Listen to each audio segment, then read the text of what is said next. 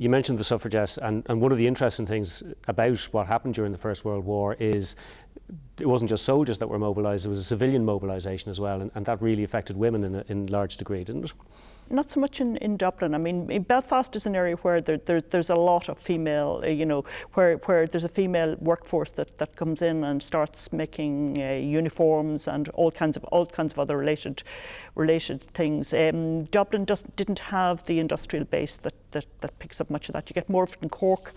There was an explosive factory, Canucks, I think is how you pronounce it, in Arklow, which would have been, of course, a very busy place at the time. I think the main impact for a lot of women was when their men enlisted and went off to the front. And frankly, for a certain amount of working class Dublin families, it probably improved the quality of their life, because the woman got the so-called separation allowance, which meant she got regular money every week, which she mightn't have got. Her husband mightn't have had regular work, or he mightn't always have handed over as much money at the end of the week as she was getting. So in a sense, that would have there would have been the separation, there would have been the anxiety, but there might have been a degree of income security that wouldn't have been there before. Which perhaps explains some of the reaction to the rising and so on. Oh, absolutely, yeah. They were coming some of them were coming in to collect it that morning and were chucked out of the GPO rather unceremoniously.